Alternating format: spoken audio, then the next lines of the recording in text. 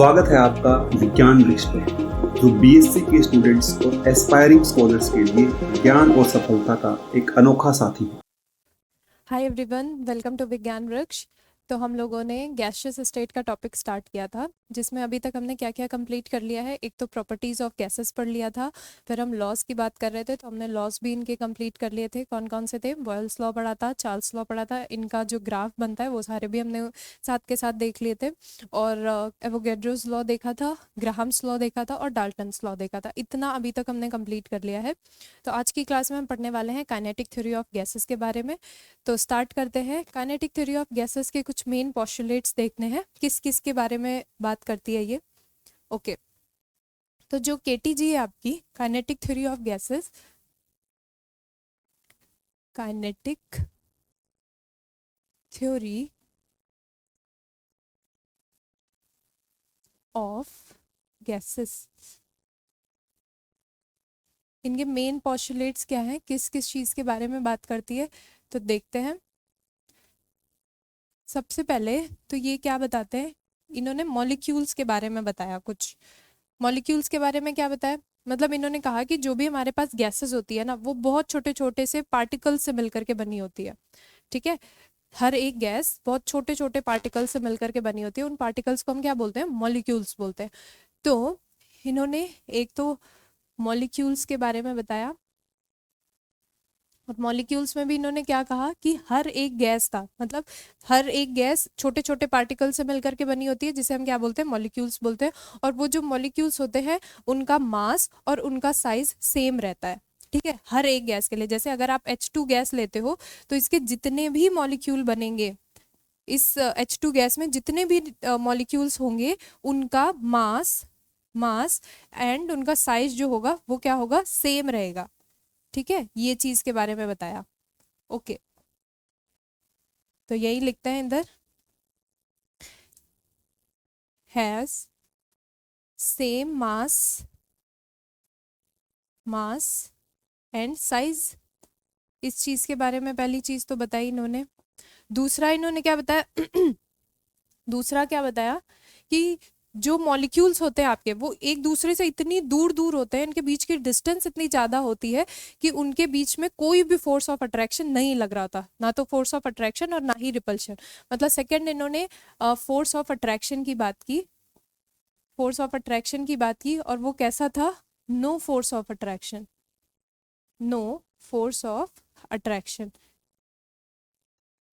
क्यों force of attraction नहीं लग रहा था? बिकॉज ऑफ लार्ज डिस्टेंस या large separation, because of large separation. ठीक है, और क्या बताया? और काइनेटिक थ्योरी ऑफ गैसेस से क्या क्या चीजें पता चली? दूसरा इन्होंने कहा कि जो नेक्स्ट चीज मतलब इन्होंने बताई कि जो आपके मॉलिक्यूल्स है वो इतनी दूर दूर हैं कि उनका खुद का जो वॉल्यूम है वो ओवरऑल गैस के कंपैरेटिव नेग्लिजिबल है। ठीक है, मतलब वॉल्यूम की बात की, वॉल्यूम क्या था इनका? नेग्लिजिबल था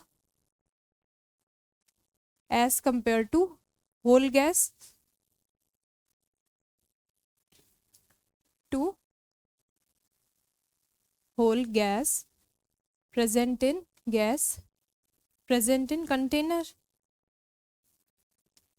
present in container।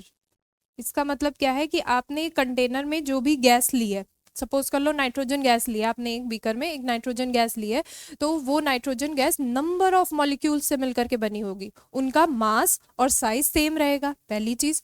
दूसरी चीज क्या है कि उसके जो भी नंबर ऑफ मॉलिक्यूल्स हैं वो एक दूसरे से इतनी दूर दूर है कि उनके बीच में कोई भी फोर्स ऑफ अट्रैक्शन रिपल्शन नहीं लग रहा, दूसरी चीज। तीसरी चीज क्या है कि वो जो मॉलिक्यूल्स हैं उनका खुद का वॉल्यूम इतना निग्लिजिबल है, वो इतने छोटे छोटे हैं कि वो उनका वॉल्यूम जो है वो ओवरऑल गैस के कंपैरेटिव एकदम नेग्लिजिबल है। ठीक है, और इन्होंने क्या क्या बात किया?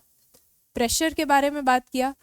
प्रेशर के बारे में क्या बोला कि ये तो हमने प्रॉपर्टीज ऑफ गैसेस में देखा भी था, जब पहली क्लास में देखा था। क्या करती है? प्रेशर एग्जर्ट करती है वॉल्स ऑफ द कंटेनर पे। Pressure exerts on the walls walls of container।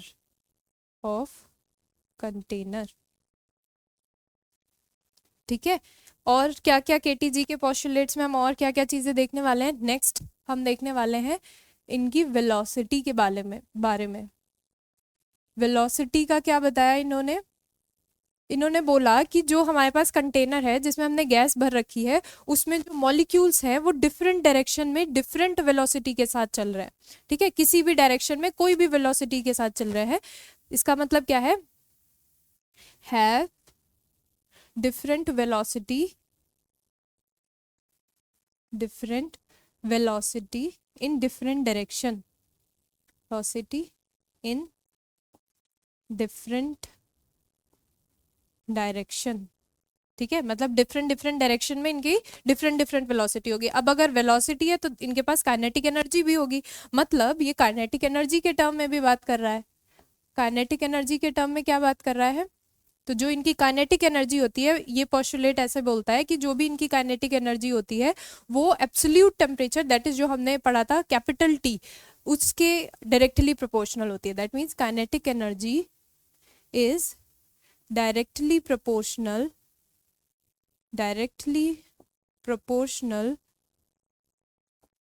To temperature. और कौन सा टेम्परेचर? टी, जो कि आपका डिग्री केल्विन में है। तो ये डिफरेंट पोस्टुलेट्स के बारे में हमने काइनेटिक थ्योरी ऑफ गैसेस से पता चलता है। कौन कौन सी? सबसे पहले जो आपकी गैसेस होती है वो डिफरेंट छोटे छोटे नंबर ऑफ मॉलिक्यूल से मिलकर के बनी होती है, मतलब छोटे छोटे पार्टिकल से मिलकर के बनी होती है। उन्हीं पार्टिकल्स को हम मॉलिक्यूल्स कहते हैं। और जो भी मॉलिक्यूल्स होते हैं उनका साइज और उनका मास सेम होता है। जैसे आपने नाइट्रोजन गैस एक बीकर में ले रखी है, तो उसमें जितने भी नाइट्रोजन गैस के मॉलिक्यूल्स हैं उन सबका मास और उन सबका साइज सेम होगा। ठीक है, अब उनका मास और साइज किसी दूसरी गैस के कंपैरेटिव डिफरेंट होगा। दैट मीन्स अगर आपने नाइट्रोजन गैस और हाइड्रोजन गैस ले रखी है तो नाइट्रोजन गैस के जो मॉलिक्यूल्स हैं उनका मास अलग होगा, उनका साइज अलग होगा। जो आपके हाइड्रोजन गैस के मॉलिक्यूल्स हैं उनका मास अलग होगा और उनका साइज अलग होगा। ठीक है, तो एक दूसरे से डिफरेंट है, बट खुद के जो मॉलिक्यूल्स हैं उनका मास और साइज सेम रहेगा। तो ये तो चीज थी पहली मॉलिक्यूल्स के बारे में। सेकेंड चीज क्या बोली कि जो भी मॉलिक्यूल्स होते हैं आपके, वो इतनी दूर दूर होते हैं कि उनके बीच का सेपरेशन बहुत ज्यादा होता है। और सेपरेशन ज्यादा होने की वजह से उनके बीच में कोई भी फोर्स ऑफ अट्रैक्शन नहीं लगता, क्योंकि आप जो फॉर्मूला पढ़ते हो फोर्स ऑफ अट्रैक्शन का, उसमें अपॉन में आर स्क्वायर आता है। तो अगर आर की वैल्यू ज्यादा है तो फोर्स ऑफ अट्रैक्शन कम लगता है। तो जो गैसेस के मॉलिक्यूल्स होते हैं उनके बीच में जो फोर्स ऑफ अट्रैक्शन होता है वो बिल्कुल नेग्लिजिबल होता है, क्योंकि वो एक दूसरे से बहुत दूर दूर है। ठीक है, तो ये हो गई सेकंड चीज। थर्ड, इन्होंने वॉल्यूम के बारे में बताया। क्या बताया? क्योंकि वो इतने दूर दूर है और इतने छोटे से है कि उनका खुद का जो वॉल्यूम होता है वो ओवरऑल गैस के कंपैरेटिव नेग्लिजिबल होता है। तो ये थर्ड पॉइंट बताया कि नेग्लिजिबल है as compare to the whole gas जो आपने कंटेनर में ले रखी है। नेक्स्ट, इन्होंने प्रेशर के बारे में बताया कि जो भी गैसेज हैं, जो गैस के मॉलिक्यूल्स हैं, वो जो वॉल्स ऑफ द कंटेनर है या जो वॉल्स ऑफ द वेसल है उन पे कुछ ना कुछ फोर्स अप्लाई करते हैं पर यूनिट सरफेस में, जिसे आप प्रेशर बोलते हो। दैट मीन्स प्रेशर एक्सर्ट होता है वॉल्स ऑफ द कंटेनर पे। नेक्स्ट, वेलोसिटी के बारे में बात करता है। वेलोसिटी के बारे में कैसे करता है कि जो भी आपके मॉलिक्यूल्स हैं वो डिफरेंट डायरेक्शंस में डिफरेंट स्पीड से मूव कर रहे हैं, रैंडम मूवमेंट है उनका, तो दैट मीन्स उनके पास कुछ ना कुछ वेलोसिटी भी है। अब अगर वेलोसिटी है तो वो काइनेटिक एनर्जी भी होगी उनकी, और काइनेटिक एनर्जी जो इन्होंने बताया वो डायरेक्टली प्रोपोर्शनल बताई किसके? एब्सोल्यूट टेम्परेचर के। एक चीज इन्होंने और बताया, काइनेटिक थ्योरी ऑफ गैसेस जो कि बर्नौली ने दिया था, उसमें इन्होंने एक चीज और बताई। कौन सा कलर ले लेते हैं? एक चीज और बताई कि इलास्टिक जो आपके मॉलिक्यूल्स है ना वो रिजिड है, हार्ड स्फेयर है। ठीक है, मॉलिक्यूल्स, या तो हम इसी में लिख लें, कोई बात नहीं। मॉलिक्यूल्स आर रिजिड, जिन्हें आप बोलते हो हार्ड स्फेयर। ठीक है, हार्ड स्फेयर है, जिनकी वजह से क्या होता है, जब वो आपस में कोलाइड करते हैं या जब वॉल्स से कोलाइड करते हैं तो उनमें कोई भी लॉस ऑफ एनर्जी नहीं होता। ठीक है, दैट इज कोलिजन जो इनकी होती है वो कैसी होती है? इलास्टिक होती है। इनकी जो कोलिजन्स होती है वो कैसी होती है? इलास्टिक होती है। और इलास्टिक होने का मतलब क्या है? That is no change, no net loss of energy. मतलब जब वो आपस में टकराएंगे या जब वॉल से टकराएंगे तो उनके बीच में कोई भी एनर्जी का लॉस नहीं होगा, मतलब जो कोलिजन है वो कैसी होगी, इलास्टिक कोलिजन होगी। इन सब चीज़ों के बारे में केटीजी पे पोस्टुलेट्स हैं। तो आइए एक एक करके पढ़ते हैं। तो सबसे पहले ये थ्योरी दी किसने थी, बर्नौली ने दी थी, और बाद में इसे किसने, बर्नौली ने दी थी, बाद में किसने इसे further extended by Clausius, Maxwell, Boltzmann, Van der Waals and Jeans, इन्होंने सबने इन्हें एक्सटेंड किया। तो पोस्टुलेट्स क्या है इनके, फर्स्ट पोस्टुलेट है a gas consist of a number of extremely small particles. मैंने बताया कि जो भी गैस आपने कंटेनर में ले रखी है, जैसे नाइट्रोजन गैस ले रखी है, तो वो nitrogen gas number of molecule से मिलकर के बनी हुई है, नंबर ऑफ स्मॉल पार्टिकल से मिलकर के बनी हुई है, जिसे इन्होंने मॉलिक्यूल्स का नाम दिया। ठीक है, तो gas consist of a number of extremely small particles called as molecules. Molecules of a particular gas are identical in mass and size, मतलब उनका अपना मास और साइज सेम है। जैसे आपने नाइट्रोजन गैस फिल की है किसी कंटेनर में, तो उसके जितने भी मॉलिक्यूल्स हैं उन सबका मास और उनका साइज सेम है।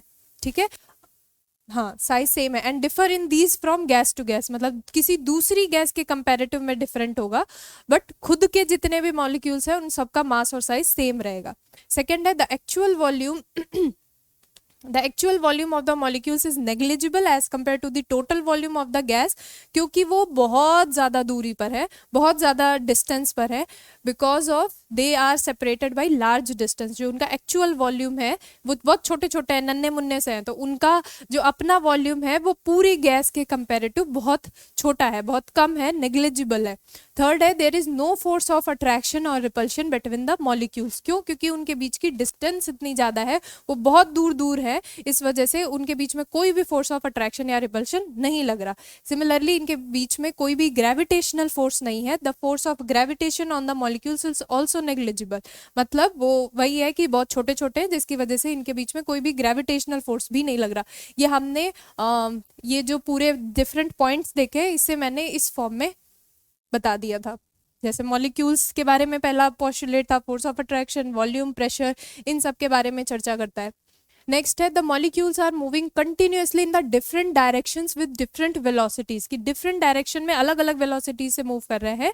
तो उससे क्या होगा, because of that they keep on colliding with each other and the walls of the container, मतलब आपस में भी टकराते रहते हैं और वॉल्स ऑफ कंटेनर से भी टकराते रहते हैं, क्योंकि उनकी वेलोसिटी, क्योंकि उनके पास वेलोसिटी है, वो डिफरेंट डायरेक्शन में डिफरेंट वेलोसिटी के साथ मूव कर रहे हैं।